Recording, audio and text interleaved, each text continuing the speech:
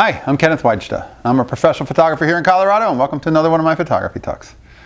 Today I'm going to talk about self-portraits. So in my business, if you ever look at the work of Richard Avedon, there are a lot of photographs of him that he photographed. Because one of the things that we need to do as photographers is to make sure that our face is the face that people think of when they're looking for a photographer. And he was a master of that. He always had photographs of himself.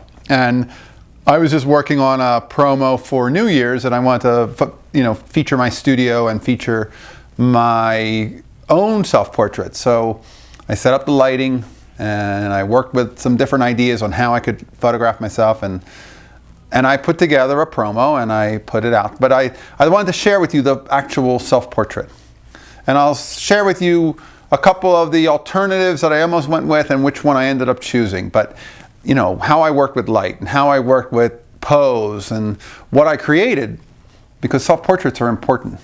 They say a lot about us because we are creating something that we think is how we look and puts us in a good light. And that's an important thing to, again, put out to the public, to let them see you. People not only hire people that they know, but they hire people that they like the looks of, they like the friendliness of, they like to see them.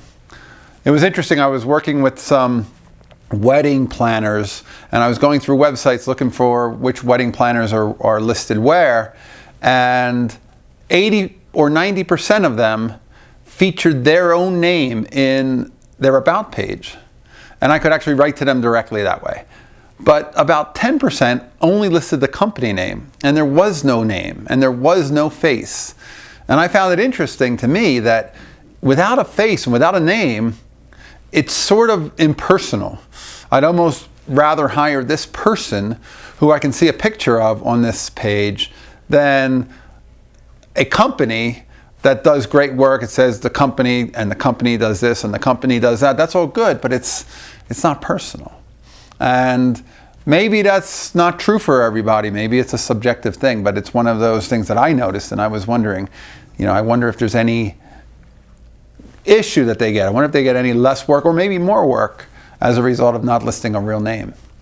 But I'd like to put a face to my work, and I like to constantly keep my face in front of people. It's almost like we are the celebrities of our local photography clientele, and we have to keep them remembering, hey, I need to go hire that photographer to go do one more project.